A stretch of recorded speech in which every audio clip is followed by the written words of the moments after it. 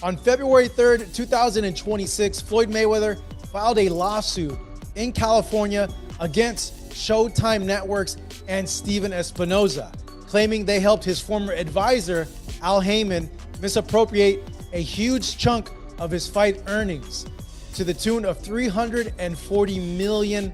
He had been giving him 50,000 and 50,000 and 50,000 to, he had already gave Gamboa about 300,000 to jail on the side. And then we ended up, when he did go in, I ended up picking up all the fighters.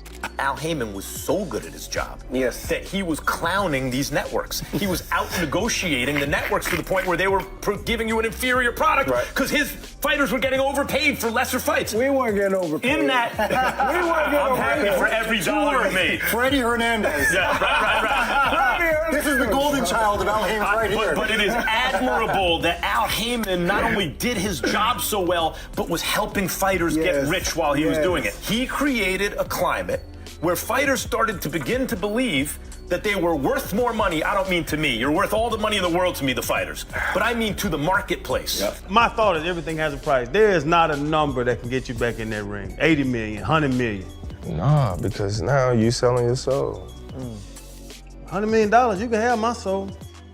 That's you. Now we know your character. Sometimes, you know, you look at people and you be like, dang, man, you ain't got no dignity, you ain't got no morals. Like, come on, man. Like, what you gonna stand for if everything is about money? Like, I never was in a sport because of... Crawford beats your ass. That is the savage, unfiltered line 50 Cent just dropped while absolutely incinerating Floyd Mayweather in front of the entire world. But this isn't just another internet beef. It all circles back to a staggering, jaw-dropping $340 million lawsuit that has sent the sports world into a total frenzy. What makes this legal battle so explosive is the terrifying scale of the accusations being hurled. Floyd Mayweather isn't just talking about a few minor accounting errors or a couple of missing checks. He is alleging a massive, carefully crafted, and cold-blooded scheme that allegedly unfolded over the course of several years. According to the official legal filing, staggering amounts of money from some of the biggest combat sports events in history, including the Conor McGregor money fight spectacle that shattered every pay-per-view record in existence, simply vanished into thin air. Now, the undefeated legend is claiming that the truth was hidden in plain sight all along, and he's ready to burn the system down to get what's his. Floyd is stepping into the courtroom to fight for money he claims that he was never paid, and he wants justice on his terms. So let's talk details. Let me tell you about the lawsuits. On February 3rd, 2026, Floyd Mayweather filed a lawsuit in California against Showtime Networks and Steven Espinoza, claiming they helped his former advisor, Al Heymon, misappropriate a huge chunk of his fight earnings to the tune of $340 million. Mayweather says the money is still missing and unaccounted for, and he's now suing Showtime and Espinoza for aiding and abetting breach of fiduciary duty, civil conspiracy to commit fraud. Ooh, that's... Right at the absolute epicenter of this brewing hurricane stands Al Heymon, the man who was once Floyd Mayweather's most trusted advisor and the architect of his money persona. This lawsuit paints a dark and heartbreaking picture of ultimate betrayal, accusing Heymon of secretly and systematically redirecting massive fight revenues into other accounts while keeping Floyd completely in the dark. It alleges a trail of partial documents, conveniently missing financial records, and mysterious, unexplained accounts that ensured Mayweather never saw the full, unedited financial picture of his own career. For a fighter who built an entire empire on the foundation of total control and surgical precision, this revelation doesn't just hurt his bank account. It strikes a dagger into the very core of his legacy and everything he has built over 3 decades. Floyd argues that during his legendary career, where he generated $1 billion in revenue plus and pay-per-view money, a significant portion of the funds that he made through those events, through his fights, didn't make it into his hands because they were funneled through accounts controlled by his then advisor, Al Heymon. Now, Mayweather says that Showtime delivered those checks and funds through systems that helped Heymon get the money instead of paying Floyd directly. The lawsuit also points to some of boxing's biggest pay-per-view fights, including fights against Manny Pacquiao and Conor McGregor, events that generated hundreds of millions in revenue. Mayweather's legal team said he generated hundreds of millions in revenue for Showtime and now wants to recover what he claims was unfair. Things grew even more suspicious and uncomfortable music when Mayweather's new management team finally stepped into the fold to clean house. The moment Richard Schaefer and his legal representatives began demanding total transparency and a full audit, the walls started to crumble. Showtime reportedly failed to provide complete, line-by-line financial breakdowns of where the hundreds of millions of dollars actually went. Most alarming to the legal team were the gaping, unexplained holes in the records tied to the Manny Pacquiao fight of the century and the McGregor crossover event. These weren't just boxing matches. They were the two most lucrative sporting events ever staged in human history. Yet, according to the lawsuit, the numbers simply did not add up, and the fortune that should have been there was nowhere to be found. Al Heymon himself, the advisor that Mayweather blames for the missing money, is not named as a defendant in the lawsuit. Instead, Mayweather's legal action targets the network and Steven Espinoza. He claims they aided and abetted these alleged financial wrongdoings. So what does this mean, and what's like a potential outcome for this case that's coming up? Well, the lawsuit could have some pretty serious implications, not only for Floyd's legacy, but also for how networks and advisors handle fighter compensations. Mayweather wants hundreds of millions back plus punitive damages, pushing this beyond a simple accounting dispute. If the court rules in his favor, it could open the door to more scrutiny of boxing's behind-the-scenes financial relationship. Now, this high-stakes legal war threatens to pull back the curtain and expose the ugly reality of what truly happened behind the scenes of boxing's most expensive nights. With an incredible $340 million allegedly unaccounted for, and the potential for punitive damages to climb even higher into the stratosphere, this case could send permanent shockwaves through the entire ecosystem of professional sports. As fans across the globe try to digest these wild claims, voices like 50 Cent are only adding more high-octane fuel to the fire. He is successfully turning a complex financial dispute into a full-blown, popcorn-worthy public spectacle where reputations are being dragged through the mud and billion-dollar legacies are on the line for the world to see. The boxing promotion company once. Yeah. What happened with the boxing promotion company? That really happened, Ken, because of my relationship with Floyd. You know what I mean? I didn't have interest in being a promoter, like, out the gate. It was just, he was doing Mayweather promotions at the time, and then he had to do 90 days. He was going to jail, and he had fighters. He had Marcus Gamboa. He had guys that was just lingering. I'm like, champ, if they're gonna go, they're gonna leave. If you go to jail, they're just gonna leave. Like, Right.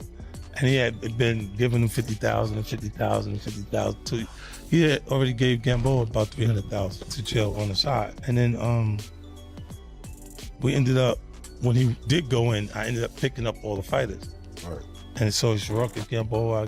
I had James Kirkland, Andre Durrell, Billy Dip. He was the IBF champion at that point, and then a few other guys, younger guys. Never a man to hold back his true feelings, 50 Cent wasted zero time turning Floyd Mayweather's legal misery into public comedy gold. Doubling down on over a decade of online jabs and viral memes, the rap mogul didn't just mock Floyd.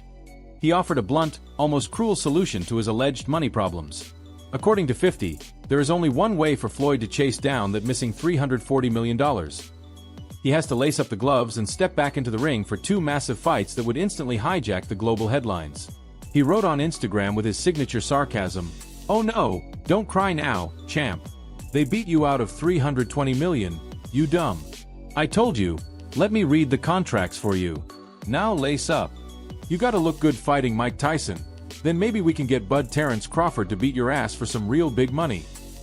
Right in the middle of this chaos is Al Heymon, a man Max Kellerman once described as one of the most powerful music and shadowy forces boxing has ever encountered. Al Heymon was so good at his job that he was clowning these networks. He was out negotiating the networks to the point where they were giving you an inferior product because his fighters were getting overpaid for lesser fights. We weren't getting overpaid. In that, We weren't getting I'm happy overpaid. for every dollar you made. Freddie Hernandez. Yeah, right. This is the golden child of Al Heymon right here. But it is admirable that Al Heymon not only did his job so well, but was helping fighters get rich while he was doing it. He created a climate where fighters started to begin to believe that they were worth more money. I don't mean to me. You're worth all the money in the world to me, the fighters. But I mean to the marketplace than they actually were. And so now it became difficult to make fights. You really want us to change our mindset, right? The fact that Man, we were putting our health in jeopardy every time we stepped in that ring, so we had to make sure to get every penny that we... Former world champion Andre Berto then stepped into the conversation, highlighting just how incredibly unfair and complex the business side of the sweet science can truly be for a fighter. He argued passionately that Al Heyman's strategy wasn't actually a failure for the fighters. It was a masterclass in protecting them from the predatory nature of the industry. Max Kellerman, however, refused to back down from his position, admitting that while the plan worked brilliantly from Heyman's financial perspective, it created deep-seated issues that fans and fighters are only now beginning to confront. Just as the cracks in the old guard system began to widen into massive canyons, Turki Alalshik entered the frame like a whirlwind. He began offering fighters a completely new structure, massive global stages, and a level of clarity and pay that the sport has never seen, effectively challenging the way business has been done for decades. Every time we stepped in there, I mean, that's the mindset that he put in our minds on a regular basis. And good for him. But when he does his job that well, then Andre Berto doesn't have to take the best fights to make the money, and now me as the consumer doesn't get to see the best Andre Berto fights. My point is, fighters started thinking that the market was different than it really was, because Al was juicing the market. In that climate, big fights stopped getting made, because fighters are thinking, I'm making all this money for not taking a risk. You want me to fight that killer, or their managers want me to fight that killer for not much more money? Into that terrible situation for the consumer stepped Turki Al-Sheikh, who said, oh, okay, wait, what are your petty differences? It's over $1 million or $2 million? Here it is. Hey, here's my gift to the boxing world. But here is where the situation turns even more complicated and tricky for every stakeholder involved. Even with Turki Alalshik throwing enough money at the problem to make the biggest dream matches possible, some of the most anticipated fights are still stuck in a state of perpetual delay. This raises even bigger, more uncomfortable questions about who is really pulling the strings in the shadows. Max Kellerman points directly to the long-awaited and highly frustrating Virgil Ortiz versus Boots Ennis showdown, a fight that boxing purists are literally begging for but still cannot get onto a signed contract. Now, all eyes are shifting toward the potential of Zuffa Boxing, a new model backed by Dana White and the UFC's infrastructure that could completely demolish and restructure the sport as we currently know it. Now the problem is... He's overpaying. Like I said, I'm not mad at that. If you're gonna give me the money, we're gonna fight whoever you want me to fight. But Trey, now the problem is Boots and Virgil can't get made for $6 million plus for the fighters? Do you think the average person on the street in this country knows who Boots and Virgil? Meanwhile, 50 Cent's recent social media grenades open the door to a massive question that is currently trending across every sports platform. Is a super fight between Terrence "Bud" Crawford and Floyd Mayweather quietly being negotiated in a dark room somewhere? 50 hinted that big moves might already be happening behind the scenes, pulling fans into a strange new era where public controversy dominates the surface while the real, cold-blooded intentions stay hidden underneath. Beneath the constant trolling and the petty public jabs lies a long-brewing, serious conversation about how Crawford and Mayweather's legendary paths could finally collide. People are wondering if 50's latest shots are actually calculated signals that a massive plan is already in motion to get Floyd back in the ring for the ultimate get-out-of-debt payday. Comparisons between Terrence Crawford and Floyd Mayweather. We've even had the conversation to go as far as who would win in a fight between Terrence and Floyd, and I truly don't know the answer to that question. I do.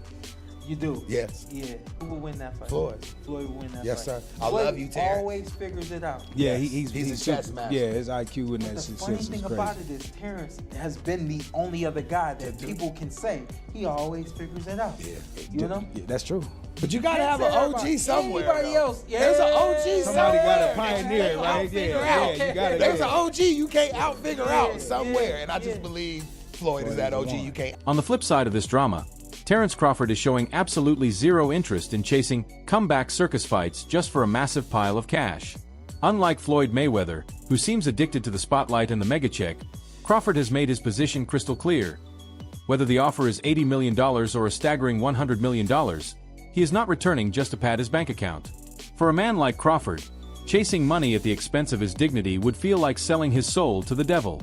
He has stayed remarkably true to himself, competing only to achieve absolute greatness and immortality in the sport of boxing.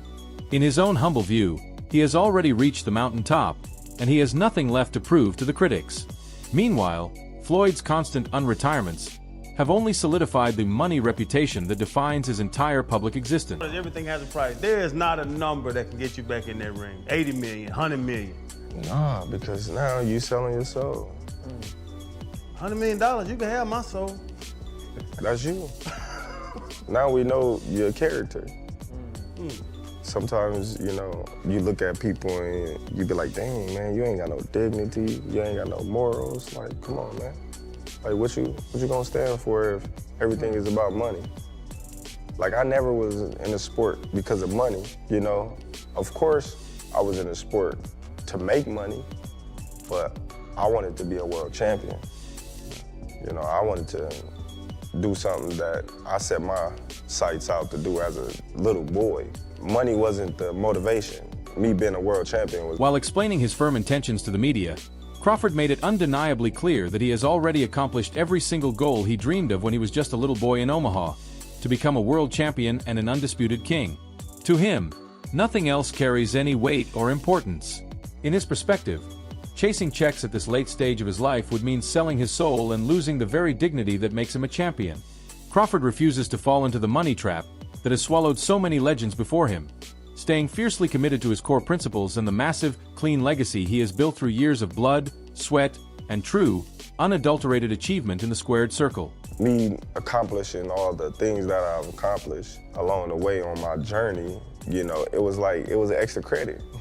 It was extra credit because it's coming from the hood. It was like, man, I just want to be a world champion because that's just my dream. So when I became a world champion, it was just like, man, all this other stuff is like a cherry on the top. Like, you know what I mean? I did what I set my sights out to do. It was evident that I wasn't gonna let nothing stand in the way of me accomplishing that goal in my life. My mom telling me all the time, you need to get a plan B. You need to go to school. Man, you know me in school don't rock. That's what I'm going to school for. Y'all lay tight. I'm gonna go to school and I'm gonna get in the fight. I'm gonna get kicked out of college. Meanwhile, back in the high-stakes world of litigation, Floyd Mayweather's new lawsuit is exposing just how fundamentally broken the boxing system truly might be. He is claiming that staggering amounts of money from his most iconic fights, including the historic clashes with Manny Pacquiao and Conor McGregor, were illegally funneled into private accounts controlled exclusively by Heymon. The story gets even more bizarre. Years later, when Floyd's new legal team requested the financial records from Showtime, they were reportedly told that the documents were conveniently lost in a massive flood.